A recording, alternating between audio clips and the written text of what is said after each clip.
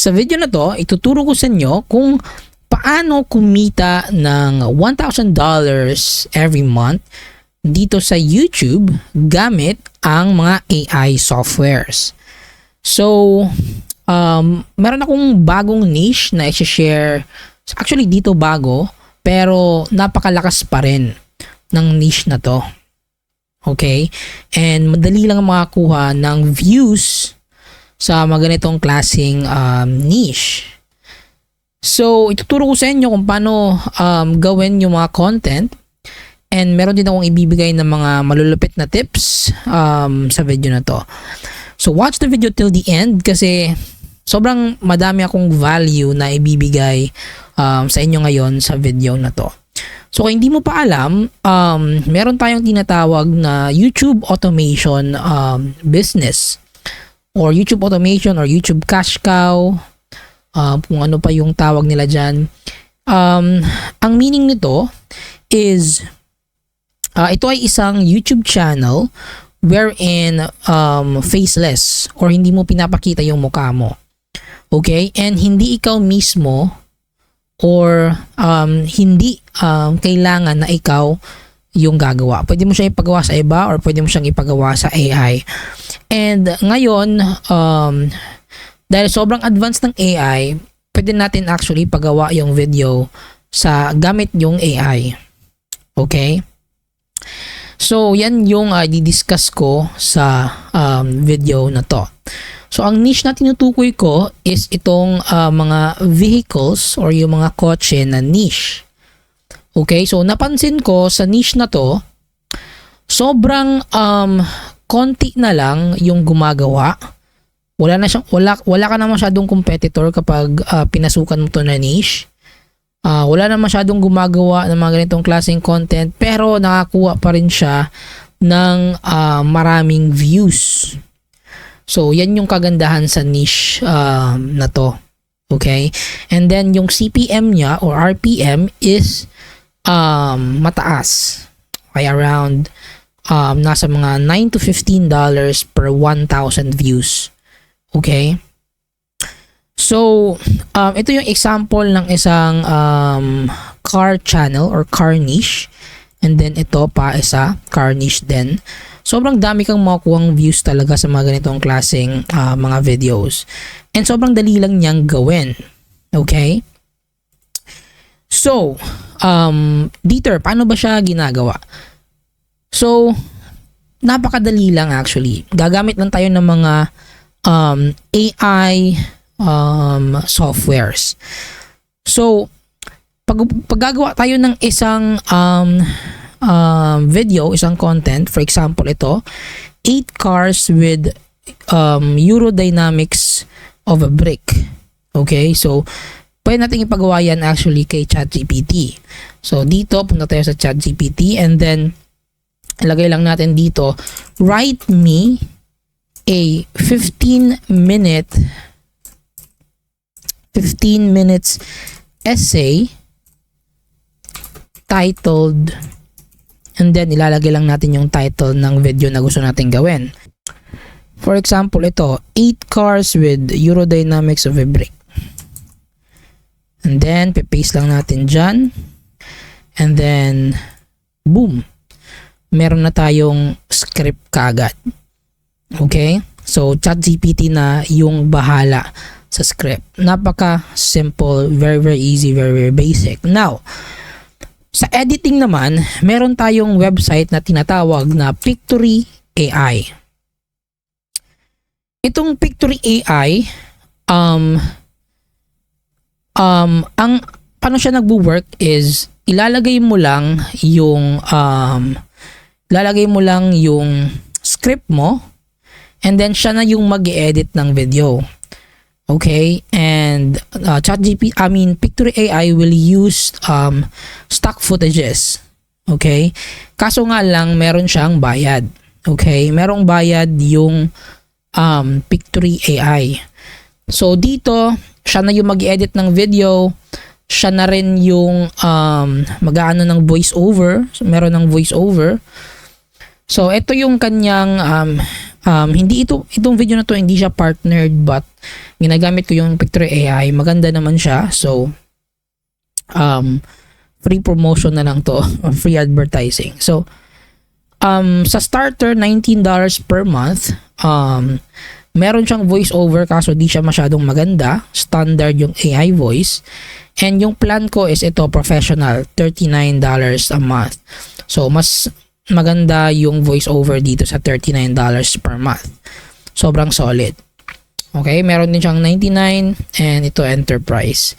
So, depende sa inyo kung meron kayong budget. Pero pag wala naman, pwede naman tayong mag-edit using CapCut. Okay? We can use CapCut to edit the videos.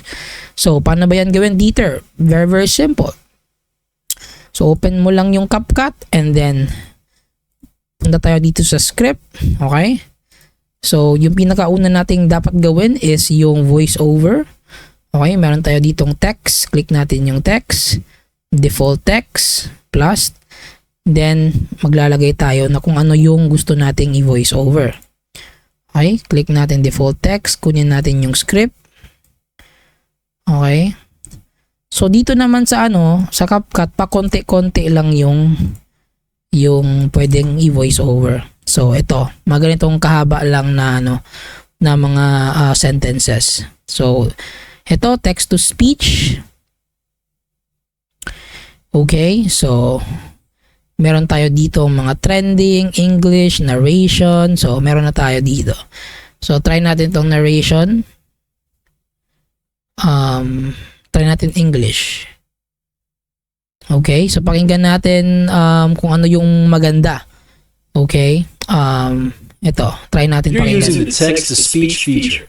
Choose a voice you like. Ito, pwede na rin. So, generate speech. Okay? And then, i-delete lang natin ang nandito, yung ating text na ginawa. And then, meron na tayong voice over. When it comes to car design, aerodynamics plays a crucial role in determining a vehicle's performance, fuel efficiency. Okay? Volume lang natin. When it comes to car design, aerodynamics plays a crucial role in determining a vehicle's performance, fuel efficiency, and overall aesthetic appeal. Okay, so pagkatapos niyan, dito sa CapCut, meron na rin silang amazing na plugins.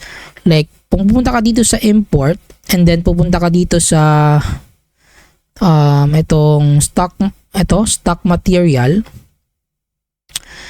Pero rin tayo mag-search dito. Kung isi-search natin kung ano yung sasabihin ng ating voiceover. For example, when it comes to car design, okay, car design. So, type lang natin dito car design. So, ganyan lang kasimpleng mag-edit ng Ito, lagay natin dito. Yan, car design. Yan, something like that. So, pakinggan natin ulit. when it comes Wait lang, ito. when it comes to car design, aerodynamics plays a crucial role in Okay, aerodynamics.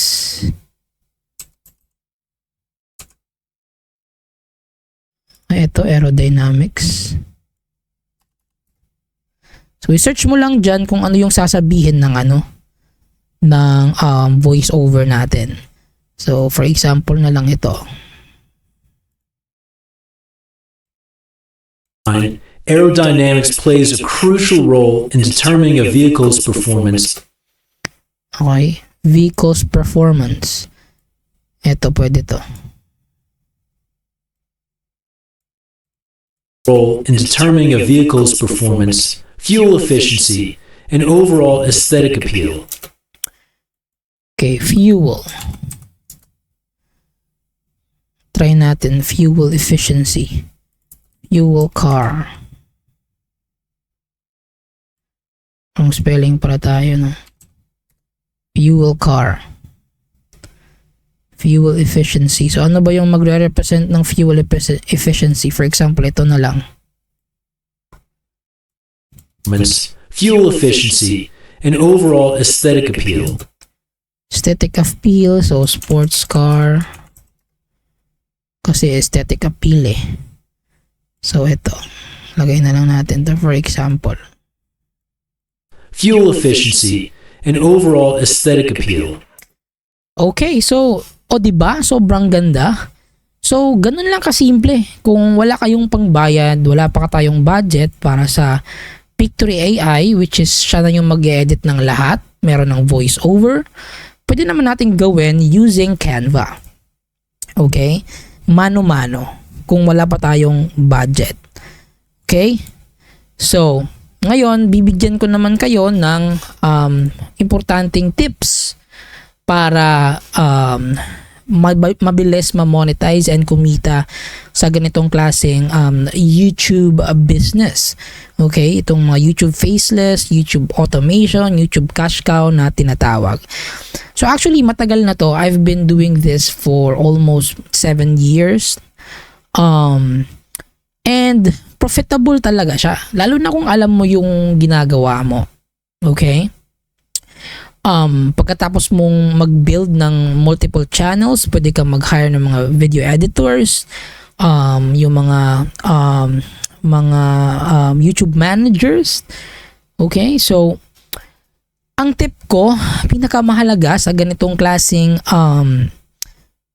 YouTube automation or business dito sa YouTube is yung pagiging consistent.